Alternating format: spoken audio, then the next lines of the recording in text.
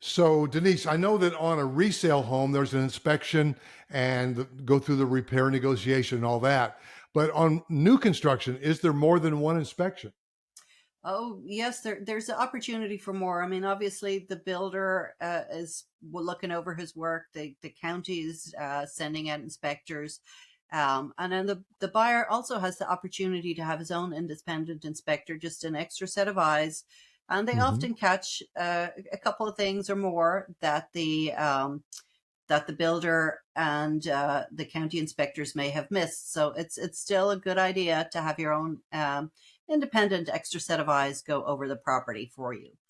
So do they need One of the that first at ones that pre-drywall or closing? well, they have the opportunity of assuming you buy the home before the insulation goes in. You do have the opportunity to have a pre-drywall inspection. So that means your inspector can go in. The rough-in mechanical, plumbing, electric, HVAC mechanicals are pretty much installed behind the walls. So you get the opportunity to go in and have your inspector check everything behind the walls has been done properly. Make sure there's Hmm. no missing bolts in the foundation. Make sure that there's no cracked studs or in the two by fours in the stud walls or the I, supporting I, I walls. was I was impressed Check. last week when you caught that bowed truss. The your clients commented to me that he was impressed. In fact, I mentioned that in a video today that I was shooting. So here's a question: those bottom cords of those trusses for the roof trusses, those bottom cords are often cracked, and if they've already installed the blow-in insulation into the above the where the ceiling will go, kind of hard to notice that. So um, how do you approach that? Well, that's part of something that should you have, if you had the pre-drywall inspection, your inspector would be able to potentially catch that. Yeah. And, all these times the builders will say they're over-engineered. It doesn't matter if there's one or two cracks or damaged trusses.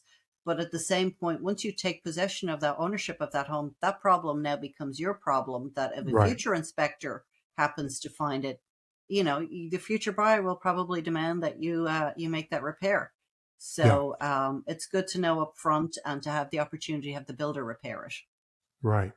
And also relative to radon, what is radon?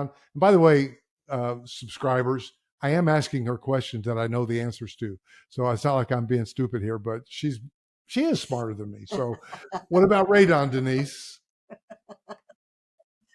So radon is this colorless, odorless gas that kind of is all around, more so in some places than others. Apparently, about 15% of homes in North Carolina have radon. Hmm. Um, so it's the problem becomes is when radon gets trapped inside of your house and the levels of it build up to a point where it becomes dangerous to people living in that home. Hmm. Yeah. So you really want to, if you care about that, you should have a radon inspection once you're before you move into the home, just to check and see if you have an elevated level of radon. Hmm. And the good news is, if you do, there are things that can be done to mitigate that. Yeah, and they're really not that expensive. And I've had experience with one particular builder where they were willing to pay for the mitigation process on one. I've got a cool video on that. Maybe I'll throw that at the end here. And then another one where they said no, we won't pay for it. So it depends. But even if I had to do it myself, I would rather pay a couple of grand to get my radon out of my house rather than breathing it in. And it's the second largest cancer producing element there behind smoking. And if you're smoking, you know you're smoking. But if you got radon, you don't know until you get it tested. And I've got an inspector I'm planning to do a Charlotte chat cast with.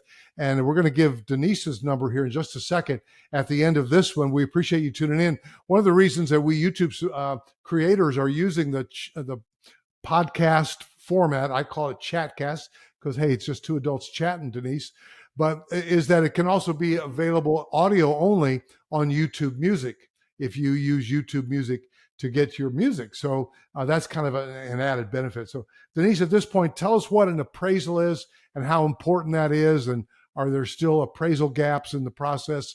Yada, yada, bam. Well, an appraisal is an outside individual professional who comes in and basically produces his own estimate of what the house would currently sell for, his own estimate of what the market value of the home is. Mm-hmm. Sometimes they can come at it from different angles based on the comparable sales around. Often those appraisals are hired by the bank. If you're getting a loan, you have to have an appraisal. If you're paying cash, it's optional.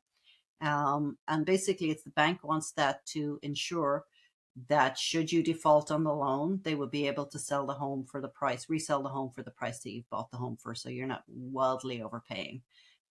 Appraisal gaps. We've had the appraisers in the last couple of years, while we've had wild appreciation, the appraisers have been kind of keeping up. They're recognizing the market conditions, and they had been keeping up. Kind of towards the end of last year, the appraisers were getting a little bit more conservative, but most contracts that I'm aware of anyway are kind of coming in around or about the appraised values, coming in around or about the contract one price. thing about having you as an agent representing a client is that you know how to sort of prepare an appraiser with information. Not all agents know to do that or know how to do that, but you do. Denise O'Farrell, guys, is one of my broker partners on my team. Love working with her, and we're big fans. My wife and I. My wife really loves how hard she works for our team, as do I. And she's a very pleasant person. Everybody loves her. And so it's been an honor to have Denise O'Farrell on our Charlotte Chatcast. She and I are both with ProStead Realty. Our Chatcast today has been called Closing Deals, Making Waves, and Taking Names. So take down her name and jot down her phone number, which is...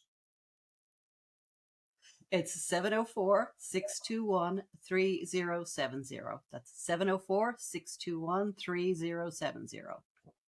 Guys, thanks for tuning in. Subscribe, like, share, all the stuff the kids do, and check the podcast tab from time to time and give Denise a call. One more time, your number, young lady. It is 704-621-3070. Give me a big thumbs up here, Denise. Give me a big one. Come on. Oh,